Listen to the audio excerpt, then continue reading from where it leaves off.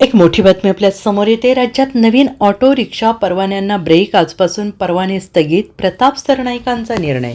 राज्यातील वाढती वाहतूक कोंडी आणि शहरी प्रदूषणावर नियंत्रण ठेवण्यासाठी राज्य सरकारने महत्त्वाचा निर्णय घेतला आहे. आज दिनांक 9 मार्चपासून राज्यभर नवीन ऑटो रिक्षांना परवाने देण्यास स्थगिती देण्यात आली असल्याची घोषणा परिवहन मंत्री प्रताप सरनाईक यांनी केली आहे. मंत्रिमंडळासोबत चर्चा करून स्पष्ट धोरण SOP तयार केल्यानंतर पुढे नवीन परवाने देण्याबाबत निर्णय घेतला जाईल, असंही त्यांनी स्पष्ट केलेलं आहे. मंत्री सरनाईक यांनी सांगितलं आहे की राज्यातील मोठ्या शहरांमध्ये ऑटो रिक्षांची संख्या मोठ्या प्रमाणात वाढलेली असून त्यामुळे वाहतूक कोंडीची समस्या गंभीर होते आहे. विशेषतः मुंबई आणि उपनगरांमध्ये रिक्षांचा सुळसुळाट झाल्याने वाहतुकीवर मोठा ताण येतो आहे.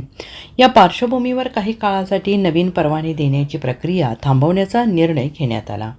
या संदर्भात केंद्र सरकारशी पत्रव्यवहार केल्यानंतर रस्ते वाहतूक आणि महामार्ग मंत्रालयाने राज्य सरकारला स्थानिक परिस्थितीनुसार निर्णय घेण्याचा सल्ला दिला आहे.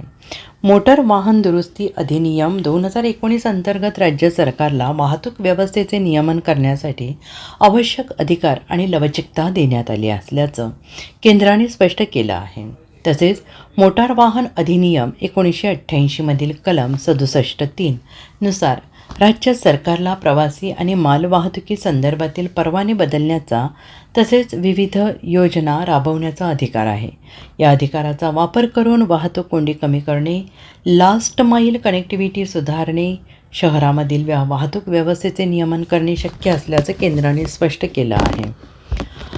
Bureau report SBN Marathi, Mumbai.